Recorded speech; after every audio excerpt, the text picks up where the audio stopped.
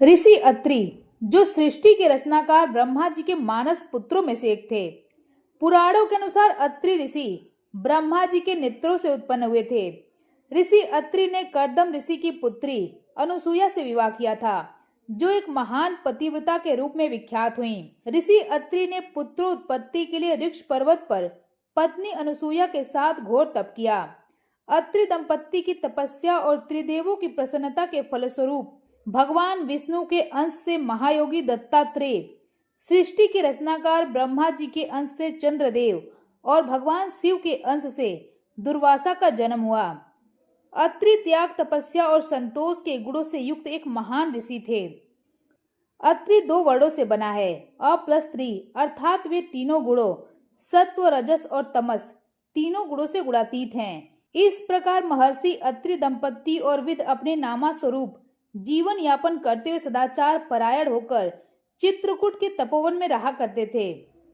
अत्रि और अनुसुईया के तपोबल से ही भागीरथी गंगा की एक पवित्र धारा चित्रकूट में प्रविष्ट हुई और मंदाकिनी नाम से प्रसिद्ध हुई।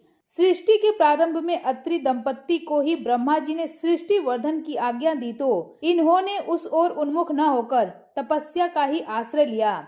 ऋषि अत्रि और माता अनुसुईया का दाम्पत्य जीवन बहुत सहज भाव के साथ व्यतीत हो रहा था। देवी अनुसुईया की पतिव्रता के आगे मनुष्य और देव सभी नतमस्तक थे। एक बार नारद मुनि ने देवी लक्ष्मी, पार्वती और सरस्वती को ऋषि अत्रि की पत्नी अनुसुईया के दिव्य पतिव्रता के बारे में बताया, तो उन्हें यकीन नहीं हुआ, जिसके बाद वह तीनों उनकी परीक्षा लेने का विचार करती हैं और तीनों देवियां अपने पतियों को माता अनुसुईया के पतिव्रता की परीक्षा लेने को कहती हैं। तीनों देवियों की जिद के आगे विवश होकर त्रिदेव अपना रूप बदलकर एक साधु रूप में ऋषि अत्रि के आश्रम पहुंच जाते हैं और अनुसुईया से भिक्षा की मांग करते हैं।